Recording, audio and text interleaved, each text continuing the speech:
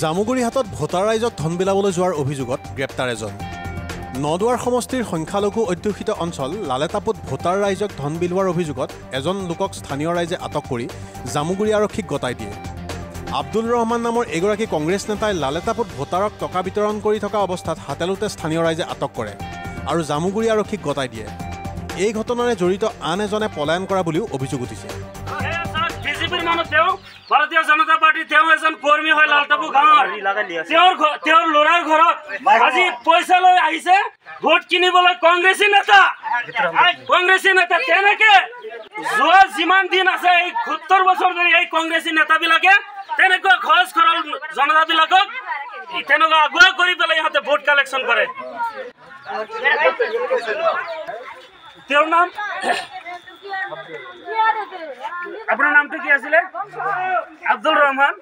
লালটাপুত ঘৰ তেওঁ। এই আব্দুল ৰহমান আহিছে লালটাপু গাঁৱত পইচা বিলাবলৈ আহিছে আব্দুল ৰহমান লালটাপু গাঁৱত।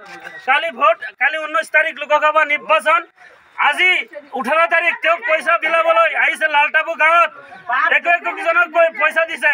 এই যোনটো ঘৰত আহিছে তেওঁৰ পিতৃয়ে স্বীকাৰ কৰিছে যে হয় মোৰ ঘৰত আহিছে পইচা খুজিছে, পইচা যাচি দিবলৈ আহিছিলে তেওঁৰ ঘৰত।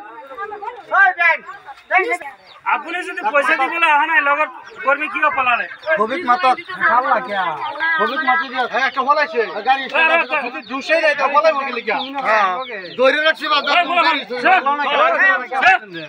ঘটনাটো আমি বিডিপিয়ে শুনা মতে আমাৰ একেবাৰে দক্ষিণ অঞ্চল এখন আছে, এইটো আপুনি গিলাদাৰী পাৰ বুলি কয়, লালটাপুৰী অংশ।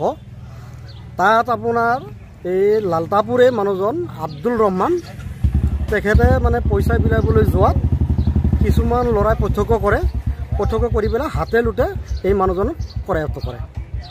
মানুহজনক মানে সেই ল'ৰাখিনি ধৰি পেলাই আমাৰ জামুগুৰি থানাত খবৰ দিয়ে।